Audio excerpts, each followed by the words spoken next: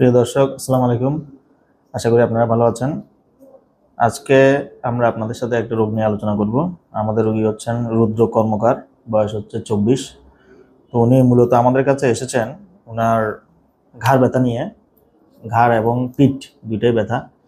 তো উনি বেশ কিছুদিন আগে একটু ওজন নিয়েছিলেন, ওয়েট লিফট করেছিলেন, এবং ওয়েট লিফট করার পরে ওনার এই ব্যথাটা শুরু হয় এবং গ্র্যাজুয়ালি মানে ধীরে ধীরে এই ব্যথাটা বাড়তেছে। এখন এখন যে প্রবলেমটা হচ্ছে, উনি ঘুম থেকে ওঠার পর ঘাড়টা নাড়াতে পারতেছেন না, এবং ব্যথার কারণে ওনার দৈনন্দিন কাজে সমস্যার সম্মুখীন হচ্ছেন।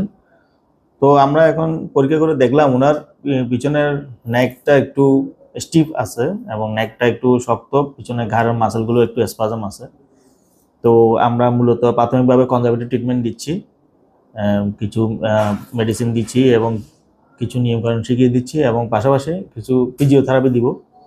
কারণ এইসব মাসেল স্পাজমের ক্ষেত্রে ফিজিওথেরাপি একটা ভালো রোল আছে। মেডিসিন এবং ফিজিওথেরাপি দুটো পাশাপাশি যদি আমরা পেশেন্ট যদি নিতে পারে, তাহলে খুব দ্রুত একটা ভালো রেজাল্ট পাওয়া যায় এবং সম্পূর্ণ একদম 90-95% মোটামুটি রিকভার হয়ে যায়। আশা করি এসব নিয়ম মানলে রোগী ভালো হয়ে যাবে। ধন্যবাদ।